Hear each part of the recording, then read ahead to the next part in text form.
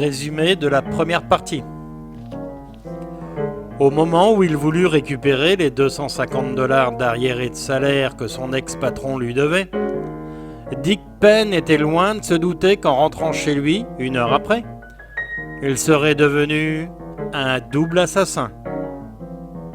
Engrenage, deuxième partie.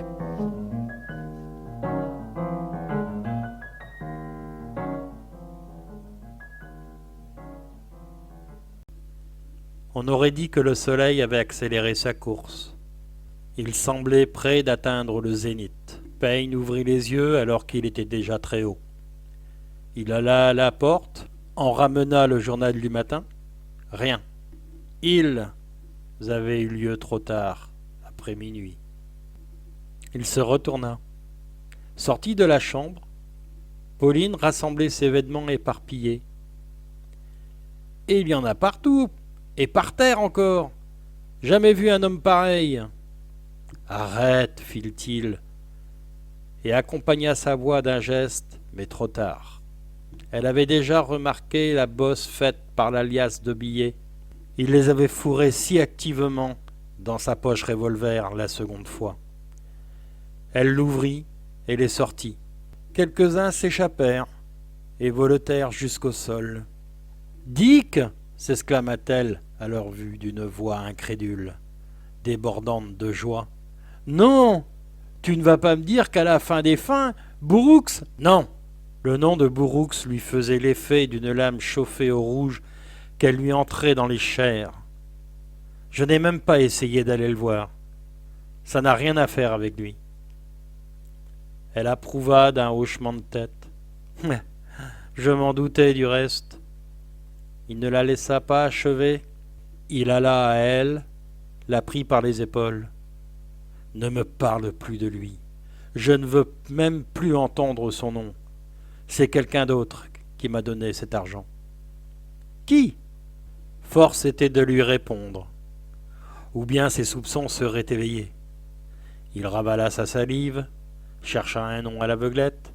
« Charlie Charmer !» lâcha-t-il brusquement. Mais il n'a rien voulu savoir, pas plus tard que la semaine dernière. Eh bien, c'est qu'il a changé d'avis. Il lui montra un visage torturé.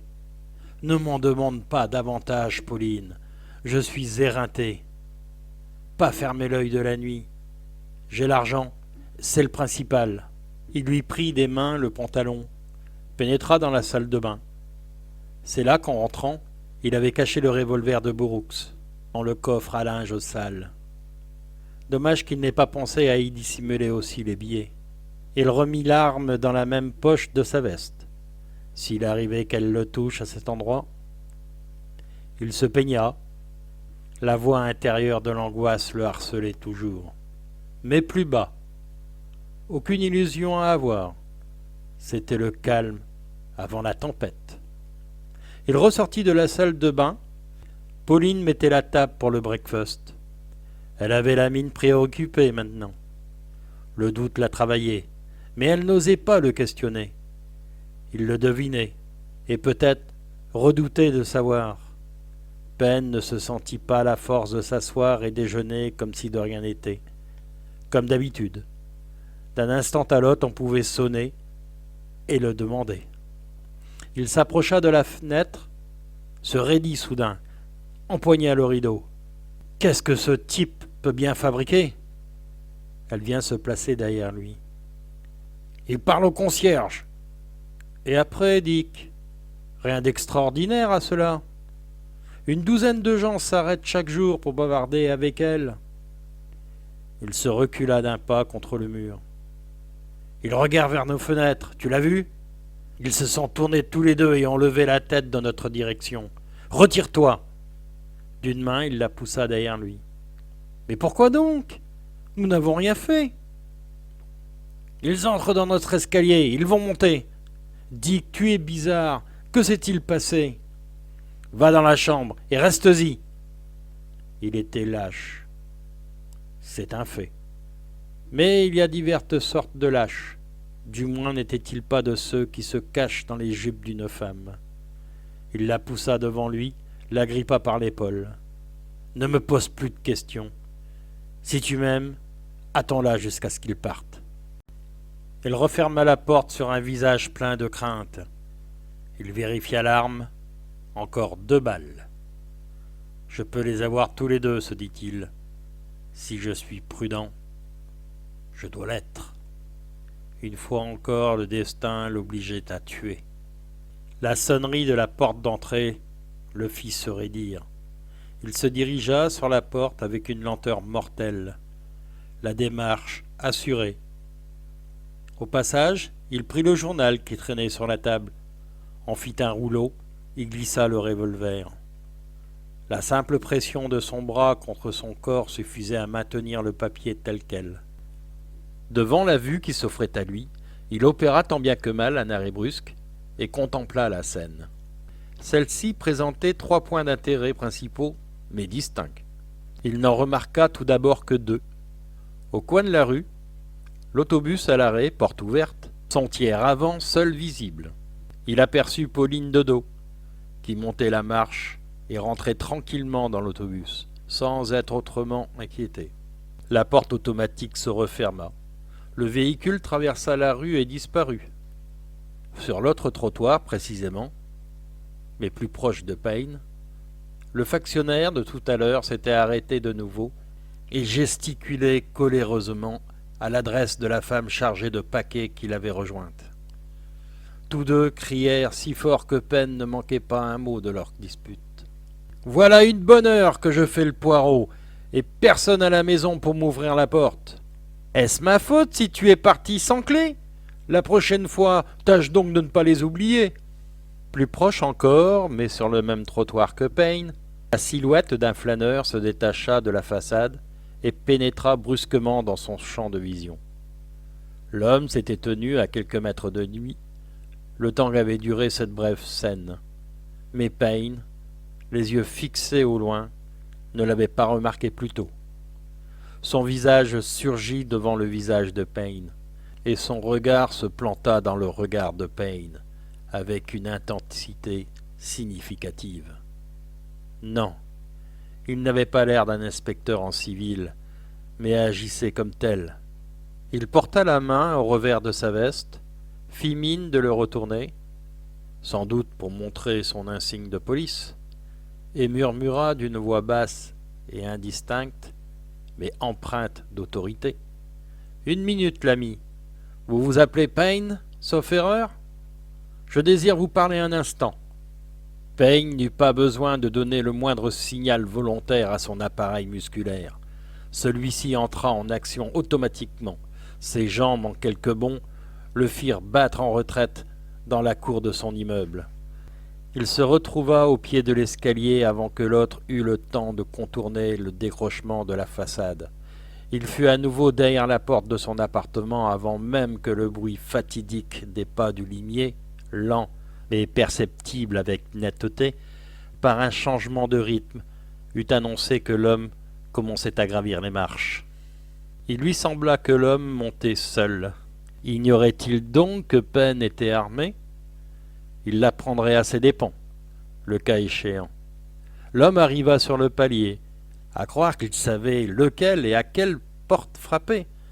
Le concierge avait dû l'informer, probablement, mais alors pourquoi n'était-il pas venu plus tôt? Peut-être attendait-il un comparse lorsque Payne, en se montrant, avait déjoué leur plan. Payne se rendit compte d'avoir commis une erreur en regagnant son appartement. Maintenant, il était pris au piège. Il aurait dû grimper jusqu'au dernier étage, passer sur le toit et de là descendre par l'immeuble mitoyen. Mais l'instinct naturel du gibier, qu'il ait 2 pattes ou 4 pattes, consiste à trouver un trou où se blottir. Trop tard, désormais. L'homme était de l'autre côté de la porte. Payne fit effort pour rendre silencieuse sa respiration haletante, qui paraissait crisser comme du sable que l'on passe au tamis. L'homme ne sonna pas, ne frappa aucun coup à la porte, et se contenta de manœuvrer la poignée dans un style où se retrouvait sa manière d'interpeller, cotonneuse et autoritaire à la fois. De nouveau, Payne se sentit dans les prises d'une frayeur intense. Il ne pouvait le laisser rentrer, mais pas davantage le laisser partir. En ce cas, l'homme ne s'en irait que pour revenir avec du renfort. Payne posa la gueule de son arme contre la fente de la porte, à mi-chemin des deux gonds, et avec son autre main ouvrit le verrou de sûreté. Si l'homme désirait mourir, il ne lui restait plus qu'à pousser la porte. Il n'avait pas lâché la poignée. La porte s'ouvrit lentement, ce qui eut pour effet d'élargir la fente au fur et à mesure. Payne, d'un geste vif, éleva son revolver jusqu'à le mettre au niveau de la tête de l'intrus. Le coup de feu éclata comme un coup de tonnerre. L'homme s'écroula dans l'appartement, tête la première, ses pieds dans l'embrasure de la porte. Payne contourna celle-ci et après d'avoir tiré le cadavre dans l'entrée, la referma. Il se pencha, tâta la victime, trouva sur elle un revolver, plus lourd et plus maniable que le sien. Il le prit. Il trouva aussi un portefeuille gonflé de billets, qu'il prit de même. Il pensa alors à s'emparer de la plaque de l'inspecteur. Mais au revers de la veste, où il supposait qu'elle était, vu le geste qu'avait fait l'homme en l'accostant, il ne trouva rien. En revanche, au fond d'une poche, il ramena un paquet de cartes de visite bon marché, en prit une et la lut. Star Finance Company, prêt, aucune garantie exigée quelle que soit l'importance du montant. Ainsi donc, il ne s'agissait pas d'un policier, mais de toute évidence d'un de ces usuriers attirés par la misère de Payne. Assassin. Assassin pour la 3e fois en moins de 24 heures.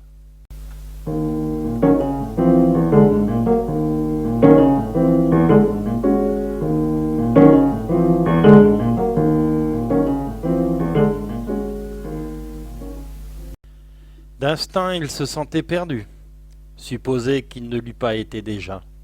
Il était trop pressé cette fois-ci pour ressentir le même accablement que lors des 2 précédentes.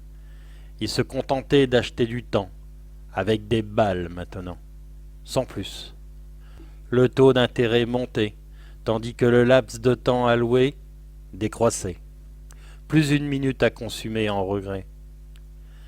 Dans l'escalier, des portes s'étaient ouvertes. Questions et réponses fusaient. Qu'est-ce que c'est? Un coup de feu? On dirait que ça se passe au 3B. Il lui fallait filer tout de suite, ou sinon il serait pris au piège pour de bon. Il poussa le cadavre dans un coin, boutonna sa veste, inspira profondément. Après quoi, il ouvrit la porte du palier. Le corps était maintenant invisible. Sortit et ferma. Toutes ouvertes, les autres portes d'entrée encadraient des gens aux aguets. Ils n'avaient pas encore eu le temps de se rassembler au centre du palier. Et du reste, c'étaient des femmes, pour la plupart. Une ou deux esquissèrent un mouvement craintif de recul en le voyant apparaître. « Ça n'est rien, dit-il. Je viens de laisser tomber une grosse cruche. » Son explication n'abusa personne. Il commença à descendre les marches, mais s'étant penché à la rampe dès la 3e, il aperçut le policeman qui montait. Un locataire avait dû téléphoner ou appeler par une fenêtre. Payne se retourna, jeta un regard circulaire sur le palier où donnait son appartement, puis vers les étages supérieurs. « Ne bouge pas !» lui hurla le flic. Il avait accéléré l'allure, mais Payne fut aussi rapide et se jeta contre le mur. « Attention !» fit la voix du flic. « Rentrez chez vous, les autres! Je tire !» Les portes claquèrent. Payne se jeta sur la rampe et tira le premier. Le policeman eut un soubresaut, mais trouva le moyen de s'agripper à la rampe et ne s'effondra pas. Une peau plus dure que celle des précédents. Il tira 4 fois avant de lâcher son arme. Les 3 premières balles manquèrent Payne. La 4e l'atteignit. Touché au côté droit, Payne alla s'étendre de tout son long à travers les escaliers. La douleur s'irradia, dévorante, puis décrut très vite. Il se sentit la force de se relever, peut-être parce qu'il le fallait. Il revint à la rampe et regarda dans la cage. Le flic, plié en deux sur la rampe, glissait sur elle, à la manière des enfants, avec cette différence que lui opérait de côté sur l'estomac. Au virage du palier plus bas, il tomba, roula sur lui-même et s'immobilisa. Ses yeux vitreux tournés vers Payne. Et de 4.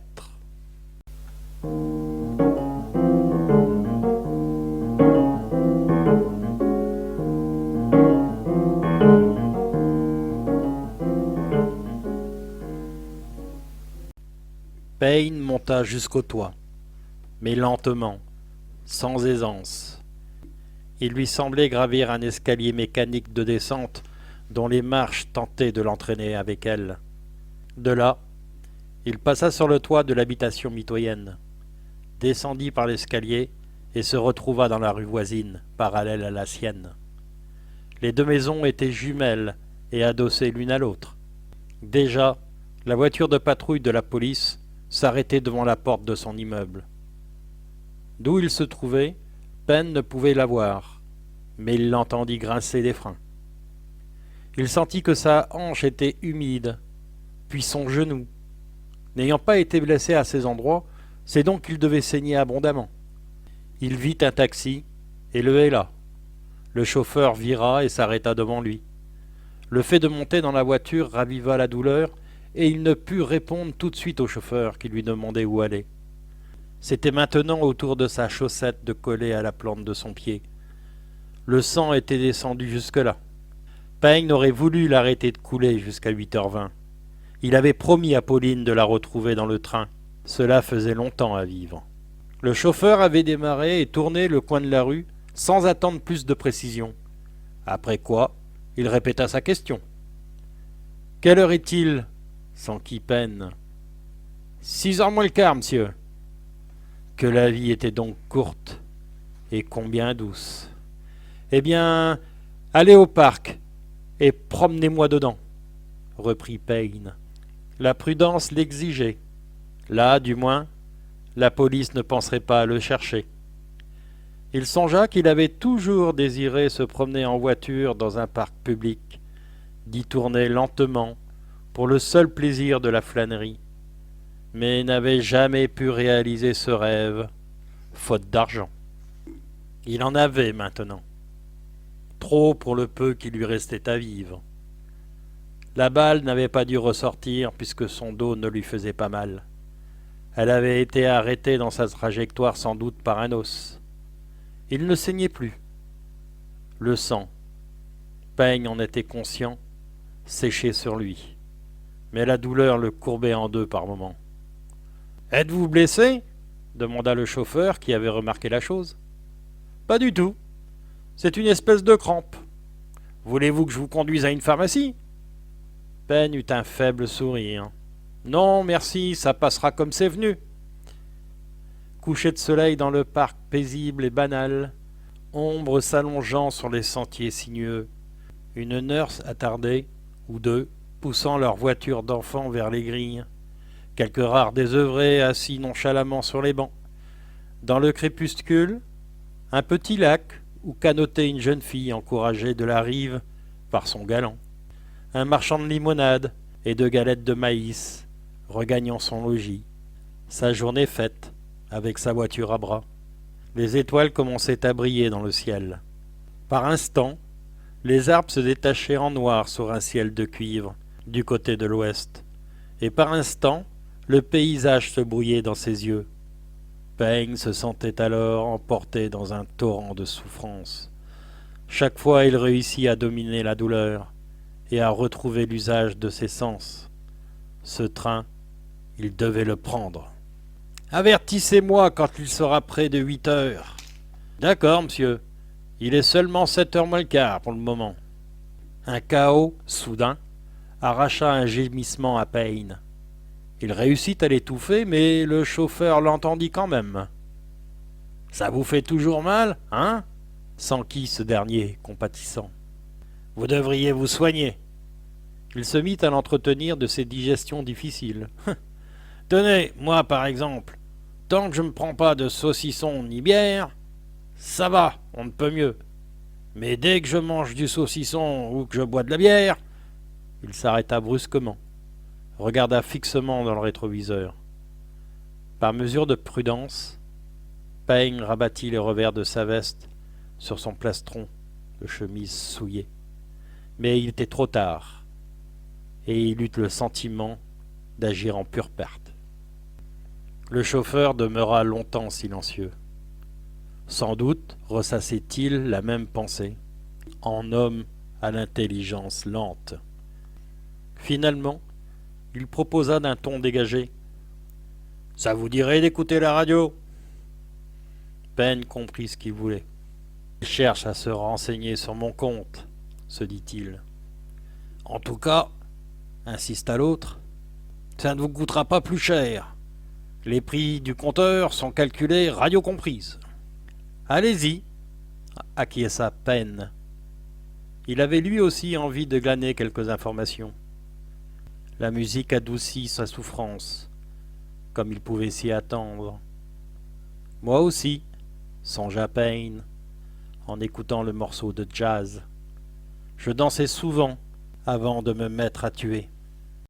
Il n'eut pas à attendre beaucoup. On recherche activement dans toute la ville un nommé Richard Payne, sur le point d'être expulsé de son appartement. Cet individu a abattu d'un coup de revolver le démarcheur d'une société financière et a fait subir le même sort au policeman Harold Carey, qui, averti, s'était précipité sur les lieux du crime. Avant de mourir en service commandé, Harold a néanmoins réussi à toucher sérieusement son meurtrier. Une traînée de sang révélée sur les marches de l'escalier ouvrant sur le toit par où l'homme a pu s'enfuir confirme le fait. Payne se trouve encore en liberté, mais pour peu de temps, semble-t-il. Soyez prudents, car il est dangereux. Non, si on le laisse tranquille et libre de prendre le train, songea Payne lugubrement. Il considéra le dos du chauffeur qui semblait pétrifié. Ah, il va falloir que je m'occupe de lui maintenant. L'événement s'était produit à un mauvais moment, du moins pour le chauffeur. Nombre des avenues principales qui sillonnaient le parc étaient très fréquentées et très bien éclairées. Il aurait pu demander au secours en faisant appel à un autre automobiliste, par exemple. Mais le véhicule se trouvait alors dans une voie sombre et écartée, où nulle voiture ni personne ne se trouvait en vue. Un virage était proche, au-delà duquel on se retrouverait sur une de ces avenues encombrées de voitures. Payne et l'homme pouvaient entendre le bourdonnement intense de la circulation. « Arrête-toi ici !» ordonna Payne. Il avait sorti son revolver. Son intention était d'étourdir l'homme d'un coup de crosse et de le ligoter pour le rendre inoffensif jusqu'à l'heure fatidique. 8h20.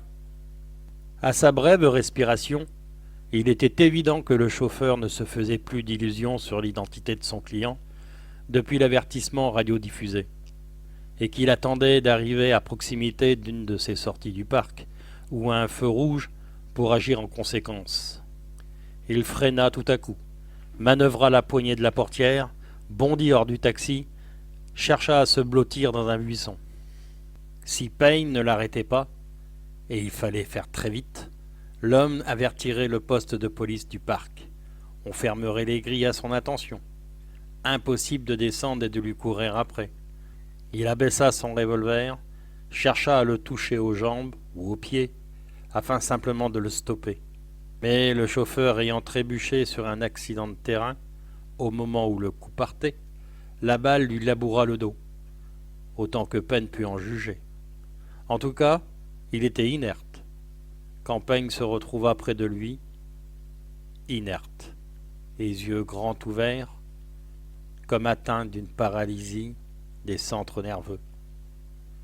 C'est à peine si Payne arrivait à se tenir debout. Il n'en réussit pas moins à traîner l'homme jusqu'au taxi et à le déposer sur la banquette arrière. Il lui prit sa casquette et la mit. Payne savait conduire, ou plutôt conduisait quand il était encore un homme valide. Il s'installa au volant et fit repartir lentement la voiture. Le claquement du revolver avait dû se perdre, ou bien être pris pour un bruit de pot d'échappement. Le flux des voitures coulait anonymement quand, inaperçu, il s'engagea. Il s'en écarta à la première occasion, emprunta le chemin le plus proche, le plus sombre et solitaire qui s'offrit. Ayant arrêté le véhicule, il sortit, ouvrit la porte arrière pour voir comment allait le chauffeur. Il était désireux de lui venir en aide dans la mesure du possible, le laisser devant l'entrée d'un hôpital par exemple. Trop tard. Les yeux de l'homme étaient clos, mort. Et de 5.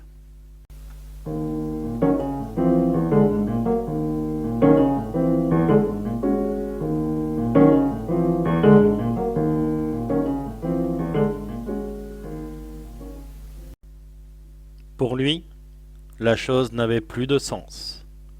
Somme toute, la mort n'était rien pour qui va mourir. À tout à l'heure, d'ici 1 heure ou 2, à peu près, dit-il à sa victime.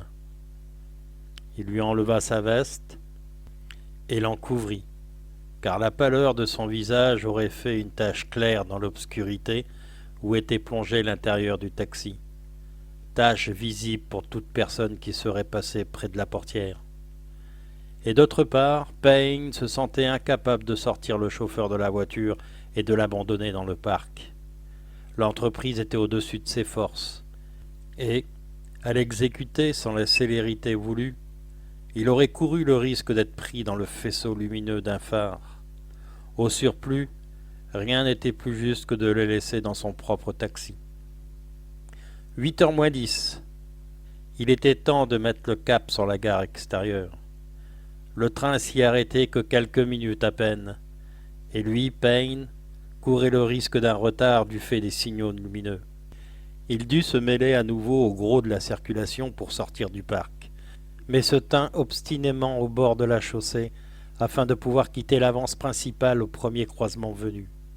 Ce qu'il fit à plusieurs reprises, non parce qu'il n'avait plus de force de conduire, mais parce que ses sens ne remplissaient plus leur office. À chaque fois, il recouvra le contrôle de ses perceptions, dissipa le nuage qui passait devant ses yeux et réussit à repartir en se répétant « Train 8h20, train 8h20 ». Mais tel un prodigue, il consumait en vains efforts sans mesure le peu de vie qui lui restait, et le moment n'était plus loin où il se trouverait démuni. Il advint qu'un quart de police le dépassa, hurlant de toutes ses sirènes d'alarme. La traversée du parc permettait d'aller au plus court d'un bout à l'autre de la ville. Payne se demanda si les hommes du quart n'étaient justement pas à sa recherche. Cette question l'effleura du reste à peine. Plus rien n'avait d'importance, sauf 8h20, train.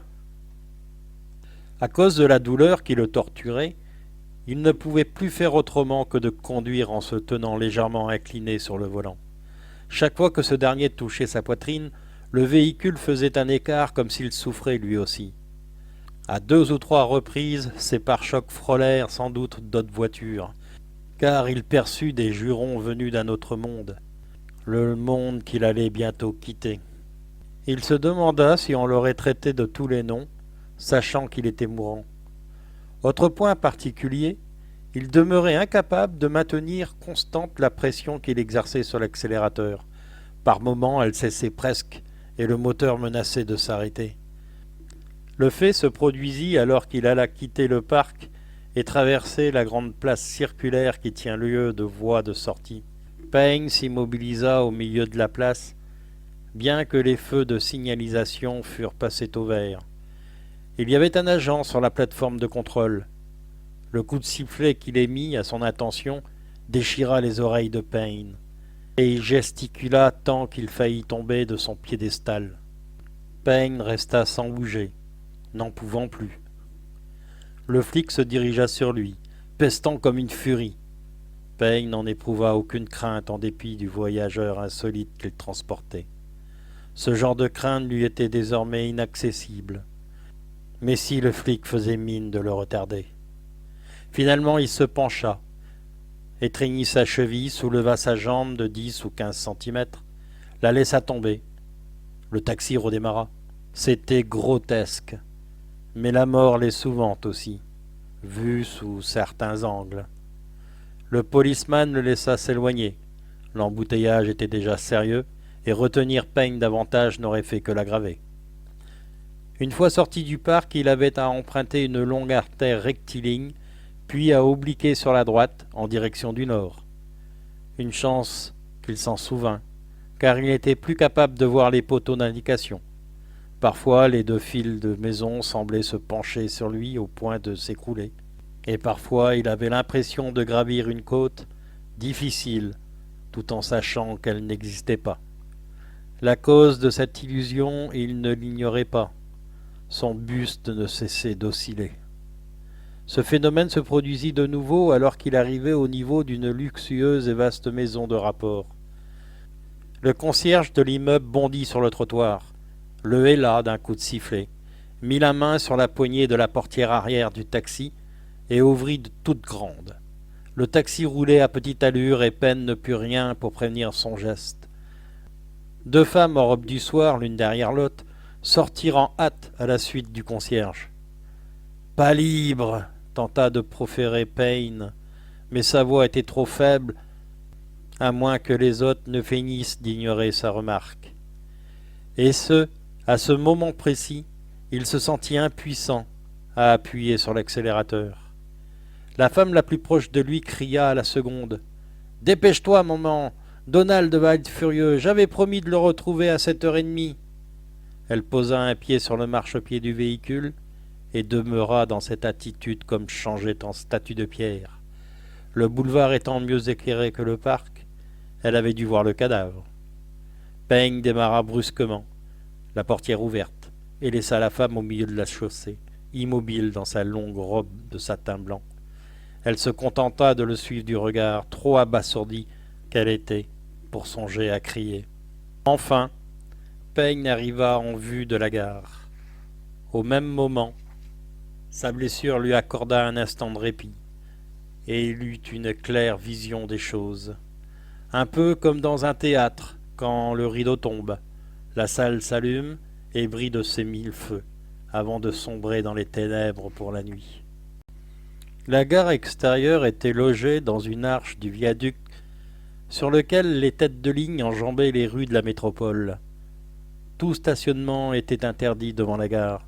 Il ne pouvait s'arrêter là. D'autant plus que de part et d'autre de cette zone défendue s'étiraient 2 longues files de taxis. Il tourna dans l'impasse qui séparait le viaduc des buildings adjacents. Une entrée secondaire de la gare y donnait. 4 minutes. Dans 4 minutes arriverait le train l'Express. Il se dit que le train avait déjà quitté la gare centrale et que chaque instant le rapprochait de lui. Mieux valait tout de suite entreprendre l'ascension.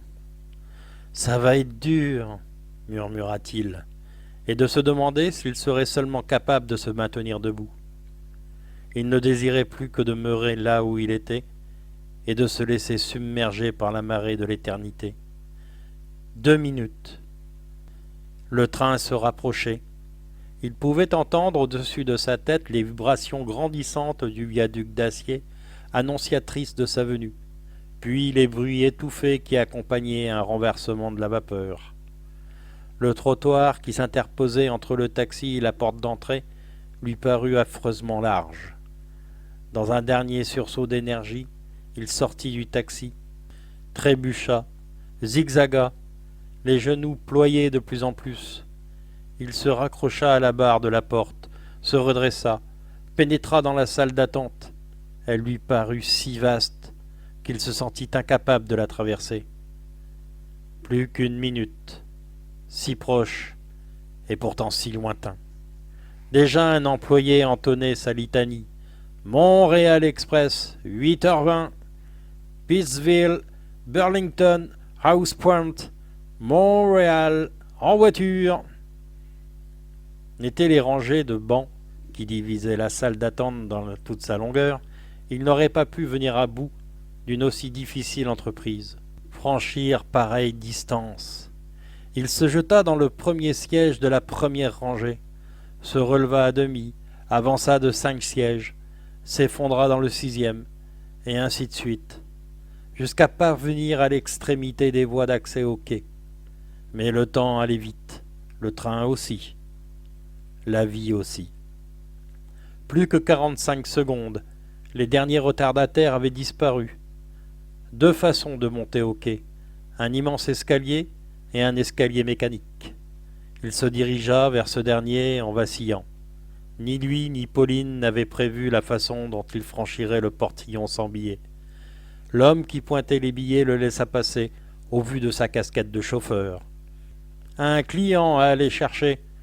marmonna Pen de façon presque inintelligible, tandis que, appuyé sur la main courante, il commençait la longue montée. Sur le quai, le sifflet de la locomotive déchira l'air. Essieux et roues eurent un soubresaut préliminaire. Le plus qu'il pouvait faire était de se maintenir sur ses pieds.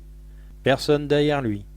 Aurait-il perdu l'équilibre que rien ne l'aurait arrêté dans sa chute et qu'il serait allé s'écrouler au pied de l'escalier?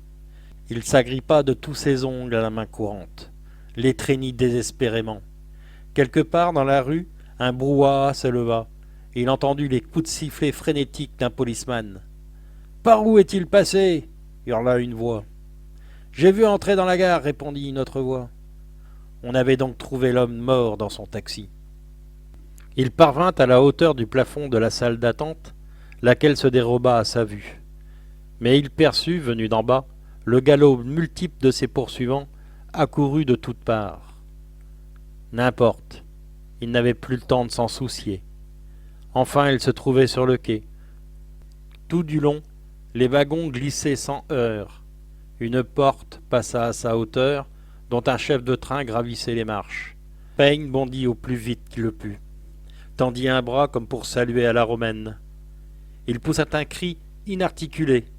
Le chef de train se retourna, l'aperçut, le hissa. Payne se retrouva étendu à même l'entrée du couloir. L'autre lui lança un regard condescendant, manœuvra les marches pliantes et claqua la portière. Un flic, 2 porteurs de la gare et 2 chauffeurs de taxi déboulèrent dans l'escalier mécanique. Trop tard. Payne les entendit brailler, un wagon plus loin. Le personnel du convoi n'allait certes pas leur ouvrir les portes et rabattre les marches. Soudain, la longue file de lumière du quai s'éteignirent. Le train avait quitté la gare. Sans doute s'imaginait-il ne pas l'avoir manqué. Alors il se trompait. Bien sûr, ils allaient téléphoner à Armont où avait lieu le premier relais de la locomotive. Mais ils ne l'auraient pas. Lui ne serait plus dans le train. Il n'y trouverait que son corps. Nul homme n'ignore quand il va mourir. Ben savait qu'il n'avait plus que 5 minutes à vivre. Il parcourut en titubant un long couloir très éclairé. Il n'était plus capable de voir les visages des passagers. Mais Pauline, elle, le verrait. Sûrement elle le verrait. Le couloir prit fin. Un soufflet se trouvait béant devant lui. Payne tomba à genoux dans l'entrée du wagon, ne trouvant rien à quoi se raccrocher. Il se redressa tant bien que mal et passa dans le wagon suivant. Encore un long couloir éclairé, un couloir interminable. Il arrivait presque au bout, apercevait déjà la porte séparant le couloir de l'entrée. Ou bien était-ce la porte qui ouvrait sur l'éternité? Tout à coup, une main sortit du dernier compartiment et lui fit un signe, et le visage anxieux de Pauline apparut. Il tournoya comme un torchon qui se détord, et il s'affala à côté d'elle sur le siège qu'elle lui avait réservé. « Tu as failli passer sans me voir ?» lui murmura Pauline. « Je ne savais pas exactement si c'était toi. Le train est si mal éclairé. » Surprise, elle leva les yeux vers les lumières, comme si elle était de l'avis contraire. « J'ai tenu parole, » fit-il, haletant. « Je suis arrivé à prendre le train comme promis. Mais je suis là, si là, et maintenant je vais dormir. » Il se laissa glisser, et sa tête chut sur les genoux de Pauline. Son sac à main s'y trouvait. Ce faisant, Pen le fit tomber. Le sac s'ouvrit et son contenu se répandit sur le plancher du compartiment, tout autour des pieds de Pauline. Pour la dernière fois, les yeux de Payne s'ouvrirent. Leur faible regard se concentra sur le mince rouleau de billets maintenu par l'élastique qui s'était échappé du sac avec le reste. « Pauline, cet argent, d'où vient-il ? Je t'avais donné juste de quoi payer notre voyage. » « C'est Burroughs qui me l'a donné. Ce sont les 250 $ dont il était question depuis si longtemps. J'ai fini par comprendre que tu n'irais jamais le lui demander. Voilà pourquoi je suis allé moi-même, hier soir, après ton départ. Il n'a pas fait de difficulté. Il me les a tendus, sans maugréer. J'ai essayé de te le dire ce matin, mais tu m'avais défendu de prononcer son nom.